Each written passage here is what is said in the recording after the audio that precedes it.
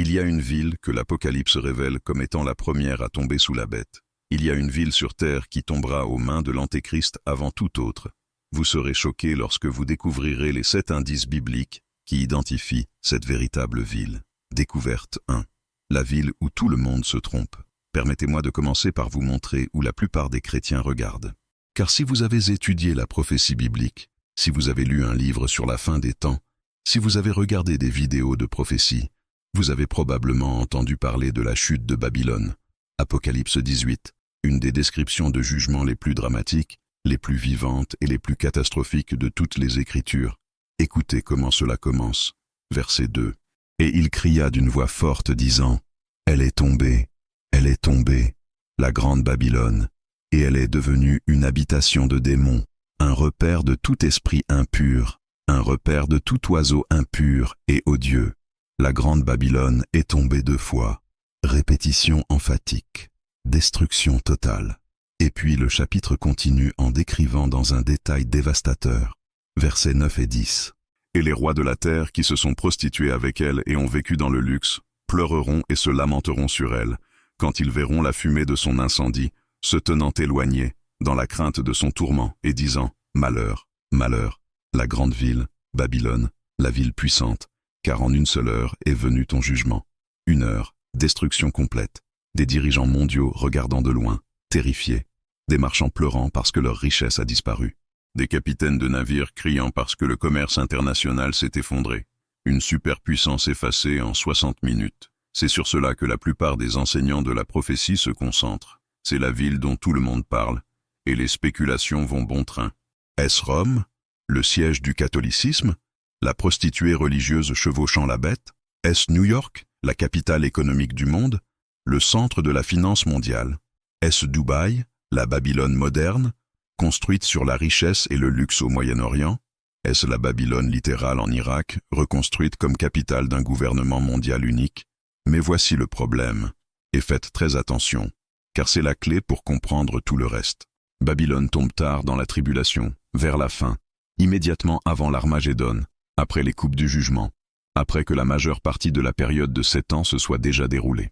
Apocalypse 18:8 nous dit, « C'est pourquoi, en un seul jour, ces fléaux viendront, la mort, le deuil et la famine, et elle sera consumée par le feu, car puissant est le Seigneur Dieu qui la juge.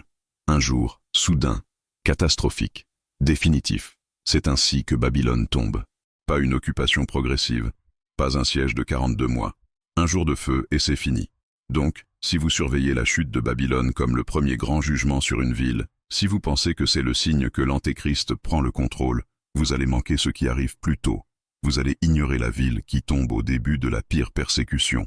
Vous regarderez au mauvais endroit au mauvais moment, car il y a une autre ville. Découverte 2. Jésus nomme la ville. Matthieu 24. Jésus est assis sur le mont des Oliviers. Il peut voir Jérusalem s'étendre en dessous de lui, le temple brillant au soleil. Les disciples viennent de l'interroger sur la fin des temps, sur son retour, sur les signes qui le précéderont. Et Jésus commence à répondre. Il parle de faux messies, de guerre et de bruit de guerre, de famine, de tremblements de terre, de persécution, de tromperie. L'évangile prêché à toutes les nations. Et puis il devient spécifique. Verset 15. C'est pourquoi, lorsque vous verrez l'abomination de la désolation dont a parlé le prophète Daniel, établie en lieu saint, que celui qui lit comprenne. Arrêtez-vous là, que celui qui lit comprenne. Jésus dit, faites attention, c'est critique, assurez-vous de comprendre ce que je vais dire. L'abomination de la désolation, le même événement prophétisé par Daniel, la même profanation décrite par Paul, le même moment que l'Apocalypse 13 dépeint, lorsque l'Antéchrist entre dans le temple, interrompt les sacrifices, érige son image, se déclare Dieu. Et où cela se produit-il? Où est le lieu saint? Le verset 16 nous le dit. Alors, que ceux qui seront en Judée s'enfuient dans les montagnes. Judée, Jésus nomme explicitement le lieu. Pas Babylone, pas Rome, pas l'Égypte, aucune autre nation. Judée, la région entourant Jérusalem, le cœur d'Israël, la terre que Dieu a donnée aux Juifs, et son commandement. Fuir immédiatement, avec urgence. Ne pas tarder. Les versets 17 à 20 continuent. Que celui qui sera sur le toit ne descende pas pour prendre ce qui est dans sa maison, et que celui qui sera dans les champs ne retourne pas en arrière pour prendre son vêtement. Malheur aux femmes enceintes et à celles qui allaiteront en ces jours-là. Priez pour que votre fuite n'ait pas lieu en hiver, ni un jour de sabbat. Si vous êtes sur le toit quand vous voyez cela se produire, n'entrez pas dans la maison. Courez. Si vous êtes dans les champs en train de travailler, ne rentrez pas chez vous. Fuyez. Si vous êtes enceinte ou si vous allaitez un bébé, vous êtes en danger car vous ne pouvez pas vous déplacer aussi vite. Priez pour que cela n'arrive pas en hiver, quand voyager est plus difficile.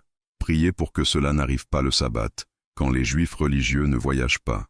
L'urgence est extrême. L'avertissement est emphatique. Jésus dit, « Quand vous verrez l'abomination placée dans le temple à Jérusalem, vous avez des heures, peut-être des minutes, pour vous échapper. Ne réfléchissez pas. Ne faites pas vos bagages. Courez. » Pourquoi? Pourquoi une telle urgence? Pourquoi Jésus ordonne-t-il l'évacuation immédiate? À cause de ce qu'il dit ensuite. Verset 21. Car alors, la détresse sera si grande qu'il n'y en a pas eu de pareil depuis le commencement du monde jusqu'à présent, et il n'y en aura jamais plus. La grande tribulation commence au moment où l'abomination est établie. La pire persécution de l'histoire humaine commence à l'instant où l'Antéchrist occupe le temple. À partir de ce moment, Jérusalem devient l'endroit le plus dangereux sur terre. Pourquoi? Parce qu'elle devient le siège de la bête, sa salle du trône, le lieu où il exige l'adoration. Et quiconque en Judée refusera de l'adorer sera pourchassé, torturé, exécuté. C'est pourquoi Jésus ordonne la fuite immédiate. C'est pourquoi l'urgence, car rester à Jérusalem après l'abomination signifie une mort certaine. Voyez-vous la séquence maintenant? Voyez-vous comment cela établit Jérusalem comme la première ville à tomber? L'Antéchrist conclut une alliance de 7 ans avec Israël. Pendant les 3 premières années et demie, il y a une paix relative. Le temple est reconstruit. Les Juifs adorent. Tout semble aller bien. Puis, au milieu de la période, au jour 1260 de la tribulation, l'Antéchrist rompt l'alliance. Il entre dans le temple. Il interrompt les sacrifices. Il érige son image. Il se déclare Dieu. Il occupe Jérusalem. Et à partir de ce moment, pendant les 42 prochains mois, Jérusalem est sous son contrôle. C'est sa capitale, son siège, le centre de son règne blasphématoire. Cela fait de Jérusalem la première ville à tomber sous le contrôle direct de la bête.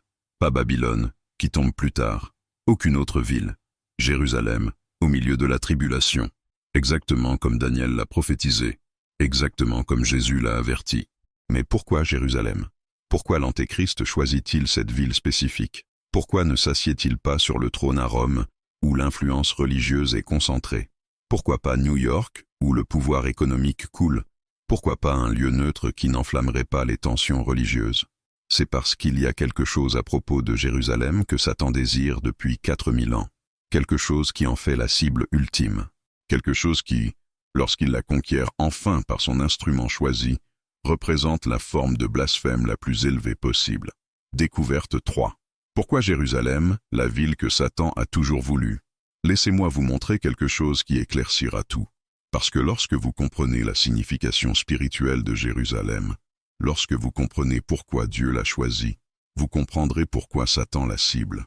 Jérusalem n'est pas seulement une autre ville. Ce n'est pas seulement la capitale d'Israël. Ce n'est pas seulement un lieu historique d'importance religieuse. Jérusalem est la ville choisie de Dieu, l'endroit où il a placé son nom, le lieu où sa présence a habité, le site de son temple, la future capitale de son royaume millénaire. Écoutez ce que Dieu lui-même dit de Jérusalem. Car l'Éternel a choisi Sion, il l'a désiré pour sa demeure. C'est mon lieu de repos à toujours. J'y habiterai, car je l'ai désiré. L'Éternel a choisi Sion. C'est Jérusalem.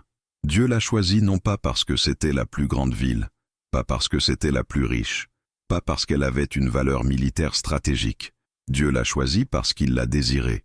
C'est mon lieu de repos à toujours. J'y habiterai. La présence de Dieu, la demeure de Dieu, le trône de Dieu pour toujours. 1 Roi 11:36 confirme. La ville que j'ai choisie, pour y mettre mon nom. Le nom de Dieu est sur Jérusalem, lié à elle, identifié avec elle. Quand les gens pensent à Dieu, ils pensent à Jérusalem. Quand ils adorent le Dieu d'Israël, ils se tournent vers Jérusalem. C'est pourquoi le temple s'y trouvait. C'est pourquoi l'arche de l'Alliance y reposait. C'est pourquoi le lieu très saint s'y trouvait. C'est pourquoi la gloire de Dieu habitait entre les chérubins là, parce que Jérusalem est la ville choisie de Dieu. Maintenant, voici ce que vous devez comprendre. Satan déteste ce que Dieu aime. Il attaque ce que Dieu valorise. Il essaie de détruire ce que Dieu a appelé saint. Et pendant 4000 ans, depuis qu'Abraham a vu le mont Moria, le futur site du temple, Satan a tenté de conquérir, de profaner et de détruire Jérusalem. Observez le schéma historique. Antiochus Épiphane, un précurseur de l'Antéchrist, est entré dans le temple, a sacrifié un porc sur l'autel, a érigé une image de Zeus, a interdit le culte juif, l'abomination de la désolation, un aperçu de ce que l'Antéchrist final fera. Destruction romaine. 70 après J.C. Tite et ses légions ont brûlé le temple, massacré plus d'1 million de juifs, dispersé les survivants. Jérusalem a cessé d'exister en tant que ville juive pendant des siècles. Conquête islamique en 637 après J.C. La ville a changé de main à plusieurs reprises. Tout cela à cause de sa signification religieuse. Conflit moderne, de 1948 à aujourd'hui. Chaque guerre qu'Israël a menée a été centrée sur Jérusalem. Chaque négociation de paix trébuche sur Jérusalem. Chaque attaque terroriste cible Jérusalem, la ville la plus contestée de la terre. Pourquoi ? Pourquoi plus de sang a-t-il été versé pour Jérusalem que pour toute autre ville de l'histoire? Pourquoi a-t-elle été détruite et reconstruite 9 fois? Pourquoi est-ce le morceau de terre le plus disputé de la planète? Parce que Satan sait ce que Dieu a déclaré. C'est mon lieu de repos à toujours. J'y habiterai. Si Satan peut conquérir Jérusalem, s'il peut profaner le temple de Dieu, s'il peut établir son trône là où la présence de Dieu a un jour habité, c'est l'acte suprême de rébellion, le blasphème suprême, l'affront suprême à Dieu.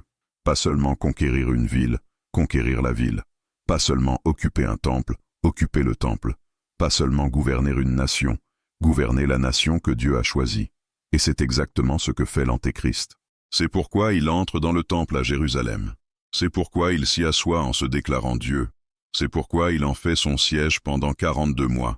Parce que 2 Thessaloniciens 2,4 dit « De sorte qu'il s'assiera dans le temple de Dieu, comme Dieu, se faisant passer pour Dieu. Il n'est pas assis dans la basilique Saint-Pierre à Rome. Il est assis dans le temple de Dieu, dans la ville de Dieu, sur le trône de Dieu. C'est le suprême « Je monterai » de Satan. Rappelez-vous Ésaïe 14, 13 et 14, où la rébellion originelle de Satan est décrite. « Et toi, tu disais en ton cœur, je monterai au ciel, j'élèverai mon trône au-dessus des étoiles de Dieu, je m'assiérai sur la montagne de l'assemblée, je monterai au-dessus des plus hautes nues, je serai semblable au Très-Haut. » 5. Je monterai. 5 déclarations de rébellion. 5 tentatives de remplacer Dieu. Et l'Antéchrist, l'instrument choisi de Satan, exécute ces « je monterai » en s'asseyant dans le temple de Dieu, dans la ville de Dieu, en se déclarant Dieu. C'est pourquoi Jérusalem tombe en premier. C'est pourquoi cela doit être Jérusalem. Parce que toute la stratégie de Satan, sa rébellion de 6000 ans, culmine dans la conquête de la seule ville que Dieu a appelée sienne. Mais il y a plus. Car il ne s'agit pas seulement de la haine de Satan. Il s'agit aussi du plan de Dieu pour Israël.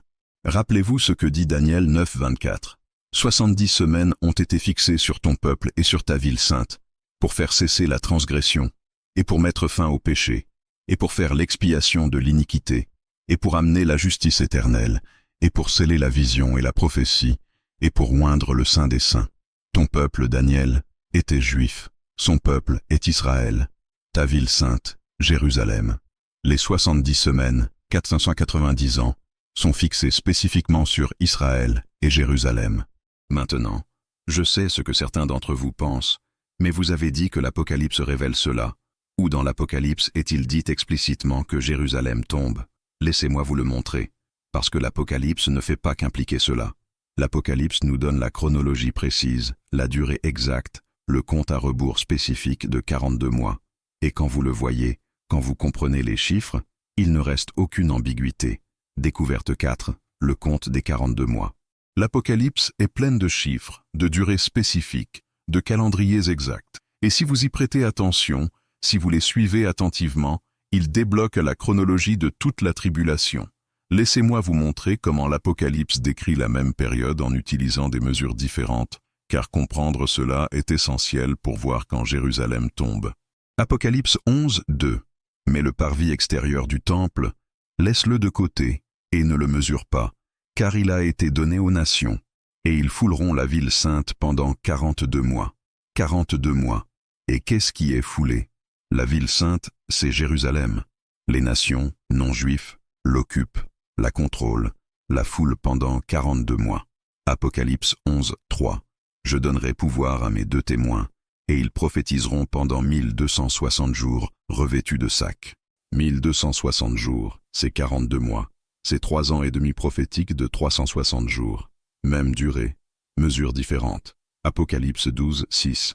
Et la femme s'enfuit dans le désert, où elle avait un lieu préparé par Dieu, afin qu'elle y soit nourrie pendant 1260 jours. La femme représentant Israël s'enfuit dans le désert et y est protégée pendant 1260 jours. Apocalypse 12, 14. Et 2 ailes de grand aigle furent données à la femme, afin qu'elle s'envole dans le désert, vers son lieu, où elle est nourrie un temps, des temps, et la moitié d'un temps, loin de la face du serpent.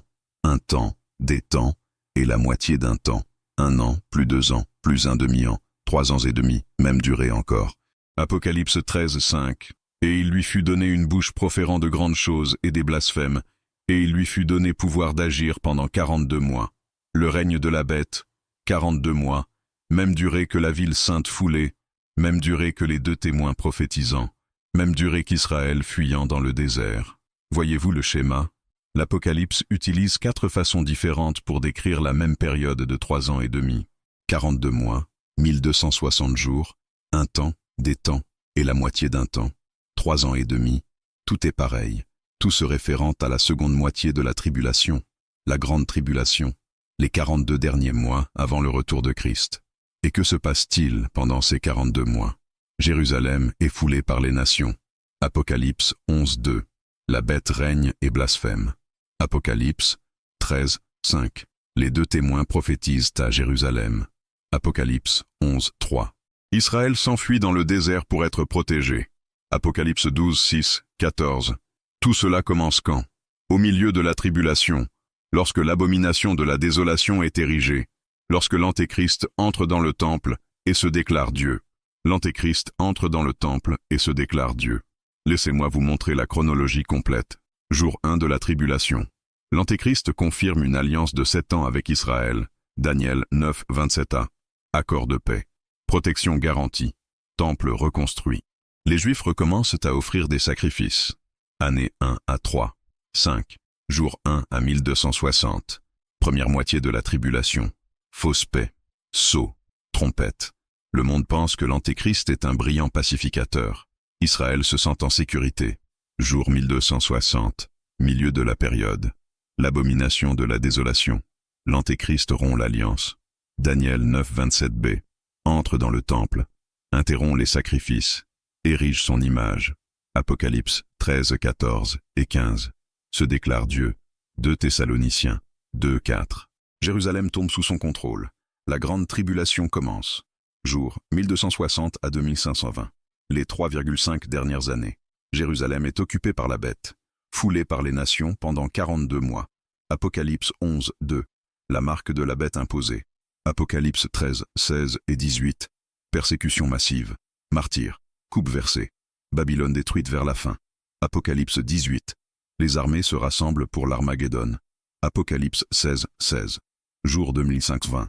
Fin de la tribulation. Christ revient. Apocalypse 19, 11. 21. La bête et le faux prophète sont jetés dans l'étang de feu. Apocalypse 19, 20. Jérusalem est libérée. Le millénium commence. Apocalypse 20, 1 à 6. Voyez-vous maintenant, Jérusalem ne tombe pas à la fin. Elle tombe au début de la pire persécution, au milieu, au jour 1260, et elle reste sous le contrôle de la bête pendant toute la période de 42 mois de la grande tribulation. Cela fait de Jérusalem la première ville à tomber sous l'occupation directe de la bête. Il la conquiert. Il règne à partir d'elle. Il l'utilise comme son siège pendant 1260 jours. Et pendant ces 1260 jours, Babylone fonctionne toujours. Le système économique mondial fonctionne toujours. La prostituée religieuse chevauche toujours la bête. Babylone ne tombe que vers la toute fin, immédiatement avant le retour de Christ. Mais voici la question que vous devriez avoir en tête. Si Jérusalem tombe en premier, si elle est occupée pendant 42 mois, si elle devient le siège de la bête, qu'en est-il de Babylone? Revenez à Apocalypse 17 et 18. C'est là que Jean voit le jugement de la grande Babylone. la mère des prostitutions et des abominations de la terre. Apocalypse 17, 5. Apocalypse 17 décrit Babylone comme une femme, une prostituée, chevauchant une bête écarlate. Elle est vêtue de pourpre et d'écarlate, ornée d'or et de bijoux, tenant une coupe d'or pleine d'abominations, et elle est ivre du sang des saints. Les versets 15 à 18 expliquent ce qu'elle représente. Les eaux que tu as vues, où la prostituée est assise, ce sont des peuples, des foules, des nations et des langues.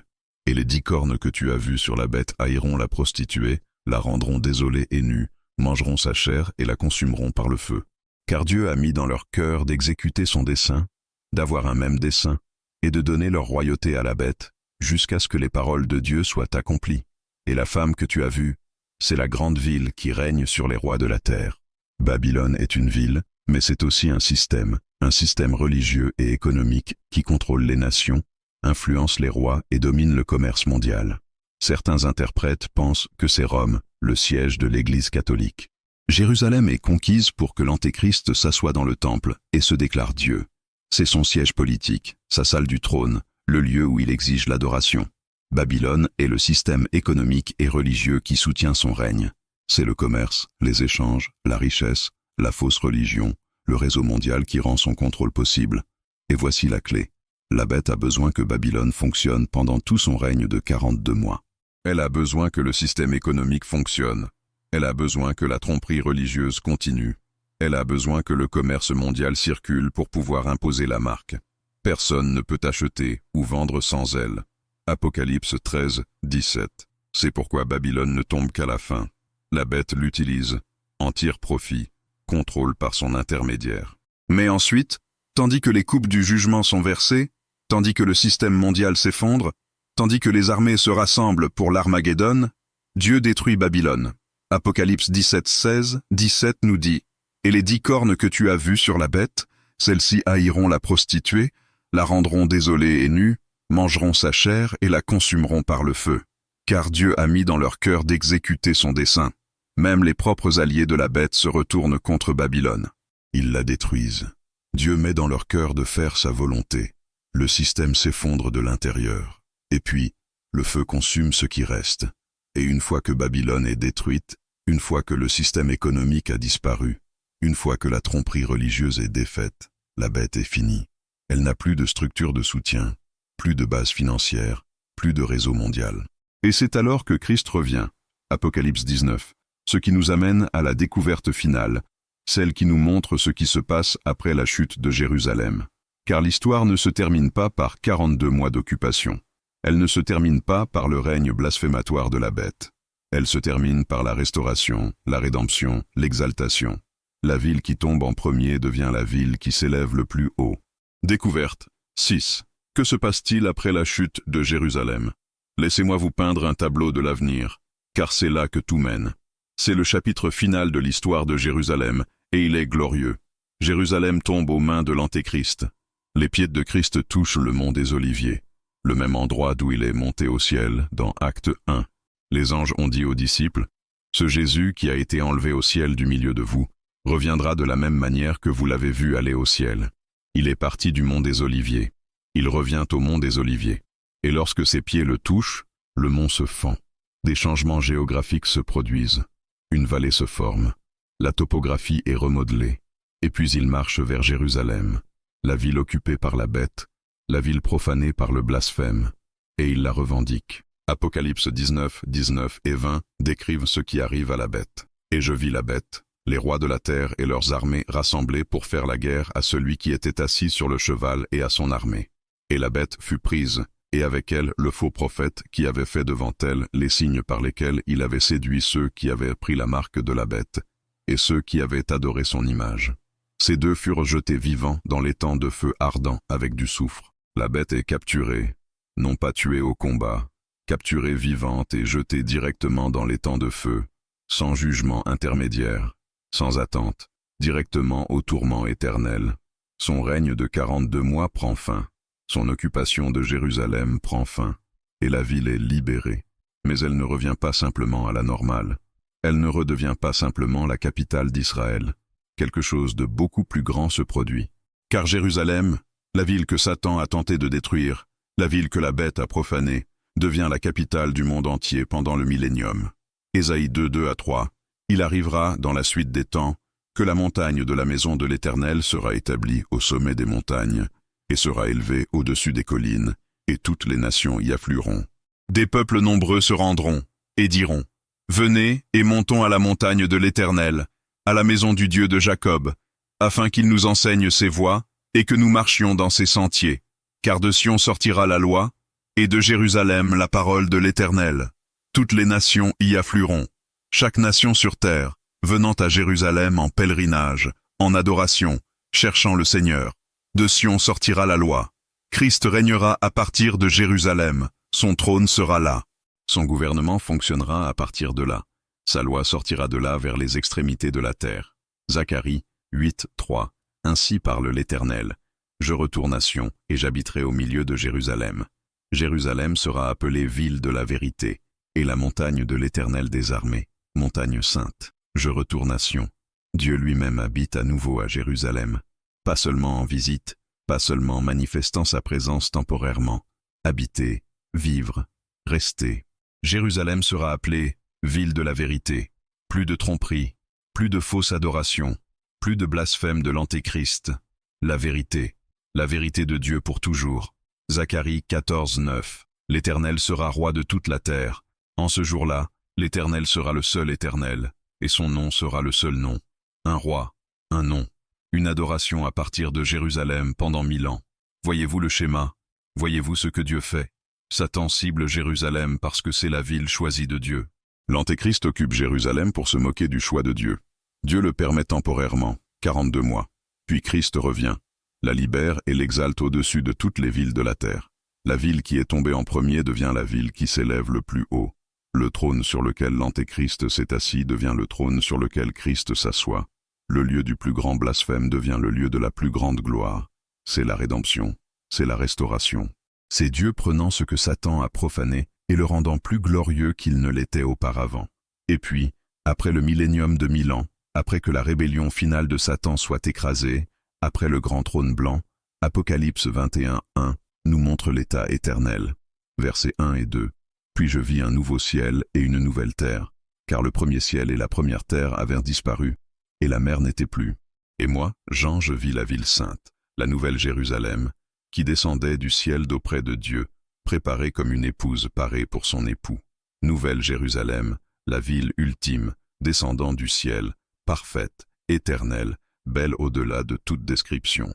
Verset 21, 2. Je n'y vis point de temple, car le Seigneur Dieu Tout-Puissant est son temple, ainsi que l'agneau. Aucun temple nécessaire. Pourquoi? Parce que Dieu et l'agneau sont le temple. Sa présence remplit tout. Communion directe, non médiatisée, éternelle. Mais notez le nom, Nouvelle Jérusalem. Même dans l'éternité, même dans l'état parfait, la ville conserve ce nom, Jérusalem. La ville que Dieu a choisie, la ville que Satan a attaquée, la ville que la bête a occupée, la ville que Christ a rachetée. Et voici le contraste qui devrait vous amener à l'adoration.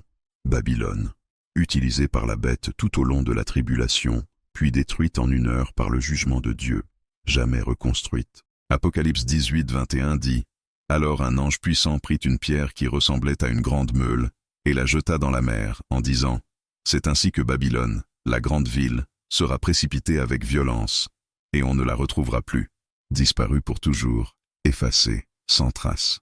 Jérusalem, occupée par la bête pendant 42 mois, puis libérée par Christ à son retour.